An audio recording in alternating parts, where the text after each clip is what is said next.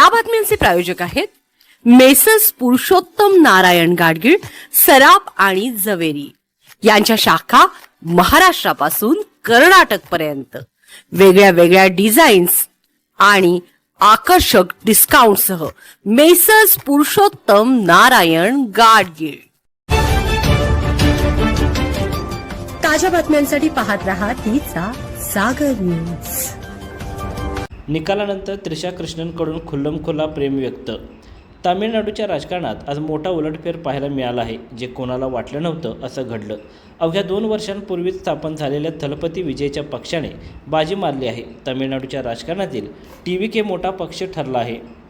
Thalapathy विजयचा TVK पक्ष 105 पेक्षा जास्त जागांवर आघाडीवर आहे। मतदानानंतर सर्व एक्झिट पोल्सनी द्रमुकच्या विजयाचा अंदाज वर्तवला होता, पण तसं घडलं नाही। द्रमुक अण्णा द्रमुक या पक्षाला विरोधी बाकांवर बसावं लागणार आहे। टीव्हीकेच्या एवढ्या मोठ्या विजयाचा हिरो आहे पक्षाचा संस्थापक थलपती विजय।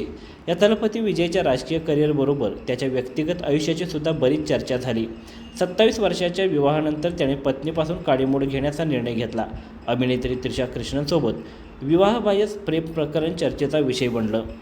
टीव्हीकेच्या यशानंतर पक्षाच्या कार्यकर्त्यांनी सेलिब्रेशन सुरू केले। पुढच्या मुख्यमंत्री विजयच्या नावाची चर्चा सुरू झाली आहे, पण थलपती विजयची प्रतिक्रिया अजून अद्याप आलेली नाही। तो कुठे आहे अशी चर्चा त्याच्या समर्थकांमध्ये सुरू आहे।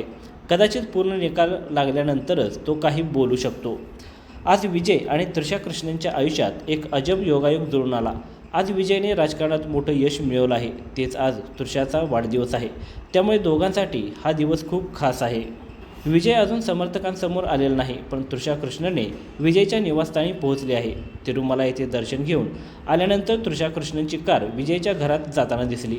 विधानसभा निवडणुकीनंतर दोघे लग्न करणार अशी देखील चर्चा आहे।